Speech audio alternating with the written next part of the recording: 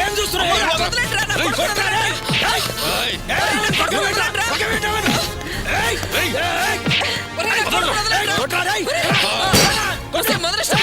నువ్వు మట్టి కొట్టుకుపోతావే, నువ్వు సర్వనాశనం అయిపోతావే.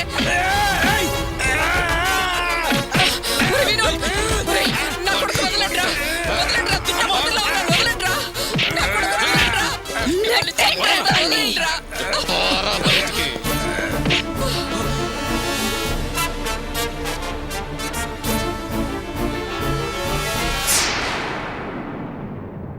వసే మొదలష్టదానా, నువ్వు బాగుపడవే రాక్షసి. అల్లుడు వియ్యపురాలని కూడా చూడకుండా రౌడీల చేత కొట్టిస్తావే, నువ్వు నాశనం అయిపోతావే. నా ఉసురు నా బిడ్డ ఉసురు తగిలి నువ్వు నాశనం అయిపోతావే, పురుగులు పడి చచ్చిపోతావే ముదనష్టపుదానా. అమ్మా పదమ్మా వెళ్దాం. నువ్వు ఆగరా. ఒసేయ్, మా ఇద్దరిని కొట్టించావు కదూ, నువ్వు బాగుపడవే, నువ్వు నాశనం అయిపోతావే, మట్టి కొట్టుకుపోతావే, నువ్వు సర్వనాశనం అయిపోతావే. చండాలపుదానా, నువ్వు బాగుపడవే, నా ఉసురు తగిలి పురుగులు పడి చస్తావే. నువ్వు వేసేయండిరా.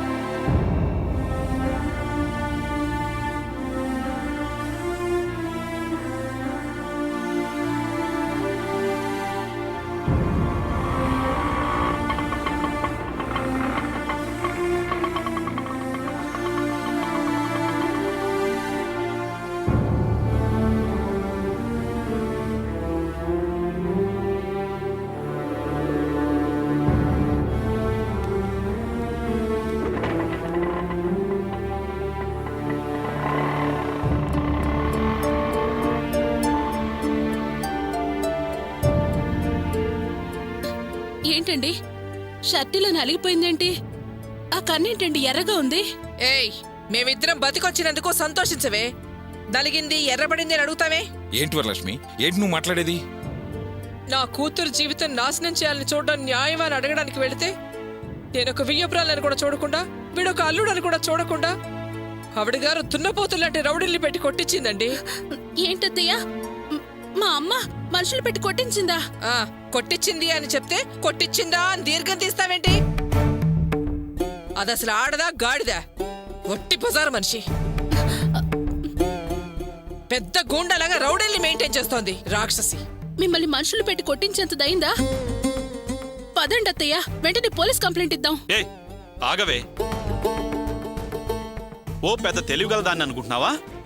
పోలీస్ స్టేషన్కి వెళ్ళడం, కంప్లైంట్ ఇవ్వడం మాకు తెలీదా ఏంటి?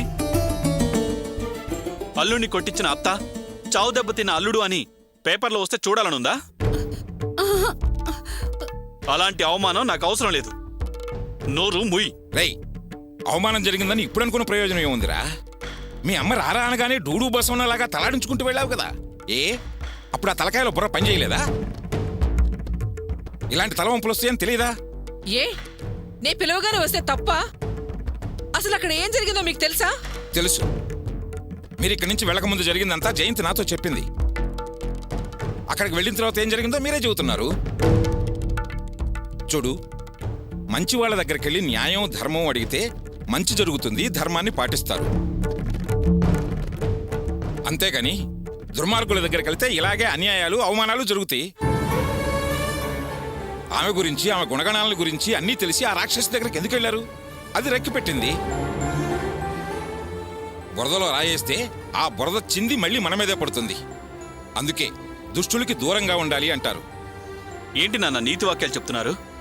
అరే, ఒక సంవత్సరం పాటు మన అర్చన ఆమె వల్ల ఎంత నరకయాతన అనుభవించింది, ఎన్ని అవమానాలు పాలైంది, ఎంత మానసిక క్షోభ అనుభవించింది. అవన్నీ ఆవిడ మూలానే కదా. ఆవిడని అడగకుండా ఉండడానికి నేనేం చేతగాని వాడిని కాదు. నేనే ఉప్పుకారం తినట్లేదా? నాకు రోషం పౌరుషం లేవా? నేను మగాడిని కాదా? నాన్న, నేను మహాత్ముని కాను, మామూలు మనిషిని. నువ్వు చెప్పేది కరెక్టేరా. వదిలేయటానికి నువ్వేం మహాత్ముడివి కాదు, రాముడిలాగా దేవుడివి కాదు. నువ్వే చెబుతున్నావు కదా మామూలు మనిషినేనని. అయినా అర్చన కాపురానికి వెళ్లకుండా మన ఇంట్లోనే ఉండుంటే నువ్వు వెళ్ళి అడిగినా ఆవేశపడినా అర్థం ఉంటుంది. కానీ అన్ని సమస్యలు తీరిపోయి అది తన భర్తతో హాయిగా సంతోషంగా కాపురం చేసుకుంటుంది. ఇప్పుడు పోయి ఇంకా న్యాయం అడిగేదేంది? ఇలా అవమానాలు పట్టం తప్ప. ఇప్పుడు అర్చన సంసారం బాగానే ఉంది కదా అని ఆవిడ చేసిన కుట్రలు మోసాలు తెలిసి కూడా వదిలేస్తే అర్చనని ఏం చేసినా అడిగే మనుషులు లేరు కదని ఇంకా రెచ్చిపోతుంది. కన్నవాళ్ళం మనం, తోడబుట్టిన వాడు ఉన్నాం కదా, అదేమైనా అనాథ? అది అర్చన్ని నాశనం చేయాలని చూస్తే ఊరుకుంటావా? ముందు మీ ఇద్దరూ ఒక విషయం తెలుసుకోండి. నేనెప్పుడూ నిదానంగా ఉండండి, ప్రశాంతంగా ఉండండి అంటుంటాను కదా, దానికి ఒక కారణం ఉంది. నేను ఉప్పు కారం తినేవాణ్ణే, నాకు రోషం ఉంది. కానీ ఎప్పుడు ఏ పని చేసినా ఓ పద్ధతి ప్రకారం చెయ్యాలి. అంతేగాని అనవసరంగా ఆవేశంతో ముందుకు వెళితే ఇదిగో ఇలాగే అవమానాలు పడాల్సి వస్తుంది. తప్పు చేసిన వాళ్ళని నేరుగా వెళ్లి దండించటం, పోట్లాడటం, కత్తులతో పొడవటం, గొడ్డలతో నరకటం, బాంబులు వేయటం కాదు చేయాల్సింది. సమాజం చీచీ అనుకునేలా చేయాలి. అప్పుడు తలెత్తుకుని తిరగలేరు. మానసికంగా కృంగి కృషించి నశించిపోతారు. అది అలా ఉండాలి శిక్షించే పద్ధతి అంటే. అవమానపడొచ్చాం కదా అని కృష్ణుడిలాగా గీతోపదేశాలు చేయకండి. మేం పడ్డ అవమానం కన్నా అది 100 రెట్లు అవమానపడి తలదించుకుని బాధపడే రోజు ఖచ్చితంగా వస్తుంది. దేవుడు దాన్ని శిక్షించకుండా ఉండడండి. అవునులే, నేను చెప్పింది ఎప్పుడు విన్నావు గనక ఇప్పుడు వింటానికి. సరే సరే, ఇంకా విషయం వదిలేసేయండి. ఇదిగో చూడు, నీకిదే లాస్ట్ ఛాన్స్. కన్న కూతురి మీద ప్రమాణం చేశావు కాబట్టి బతికిపోయావు. ఇక ముందు మీ అమ్మ సంగతి మర్చిపో. చచ్చిందనుకో. మీ అమ్మతో మాట్లాడావని తెలిసిందో ఆ క్షణమే నిన్ను చంపి నేను జైలుకి వెళ్ళడానికి సిద్ధం. గుర్తుంచుకో. ఏమండి, మా అమ్మతో మాట్లాడి చాలా రోజులైందండి. పైగా మిమ్మల్ని అత్తయ్య గారిని కొట్టి పంపించిందని తెలిసిన తర్వాత అమ్మని చెప్పుకోవడానికి సిగ్గుగా ఉందండి. అలాంటి ఆవిడ కడుపుని పుట్టినందుకు బాధపడుతున్నానండి. ఇక నుంచి ఇదే నా పుట్టినిల్లు, ఇదే నా మెట్టినిల్లు. అత్తయ్యే అమ్మ, అంతా మీరేనండి. నేను నిజంగానే చెప్తున్నాను, నన్ను నమ్మండి. అలాగేలమ్మా, నువ్వు ఒకదానివి, కదిలిస్తే చాలు. రే వినోద్, ఇన్నాళ్లుగా మనలో ఉన్న ఓపిక ఒక్కసారిగా నశించకూడదురా. మనిషిపోయిన తర్వాత జాతకాలు అనవసరం. అలాగే జరిగిపోయిన దాని గురించి చర్చ అనవసరం. జయంతి వాళ్ళ అమ్మను మర్చిపోతానంది కదా, ఇంకా తన్నేమి అనుకు. ఏంటి, అర్థమైందా? అమ్మా జయంతి, వెళ్ళి రమ్మికి తినడానికి ఏమన్నా పెట్టు. అలాగే మావయ్య. పోరా, నువ్వు వెళ్ళి రచ్చం చేసుకుని రాపో. నువ్వేంటి ఇంకా ఎలాగే నిలబడ్డావు? ఇంతటితో ఈ విషయం వదిలేసాయి, వెళ్ళు. ఎవరేం చెప్పినా నేను దాన్ని వదలను. దాని మీద ప్రతీకారం తీర్చుకుని తీరుతాను. నాకు సమయం వస్తుంది, అప్పుడు చెప్తాను దాని సంగతి.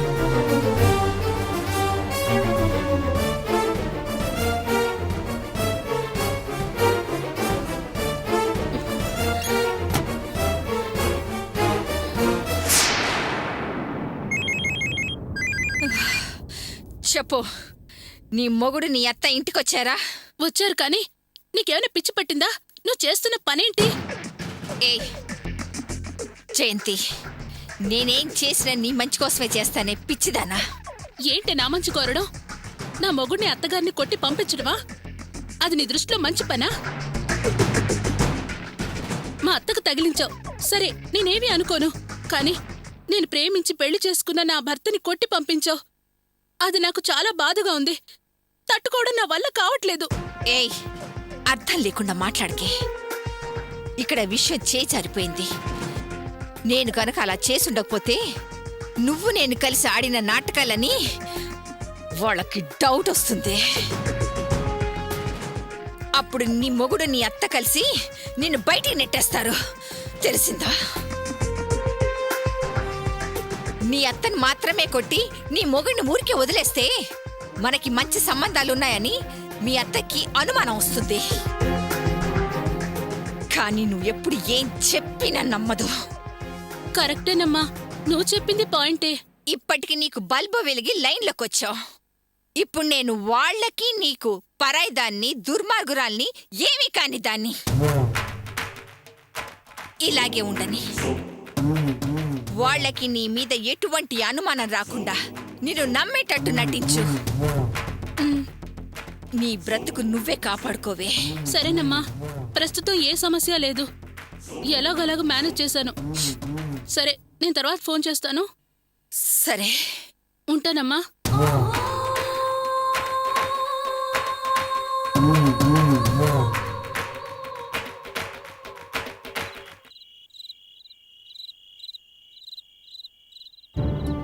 ఏంటోరా, జీవితంలో బాగా బతకాల్సినోండి బఠానీలు తింటానా, బాగా ఎదగాల్సినోండి ఎదగలేకపోయా. మరి ఏమైంది? ఎందుకు ఎదగలేదు? ఏది ఎదుగుదాం అనుకునేటప్పటికే మా నాన్న నన్ను తీసుకెళ్లి పులిబోన్లో పెట్టాడు. పులిబోనా?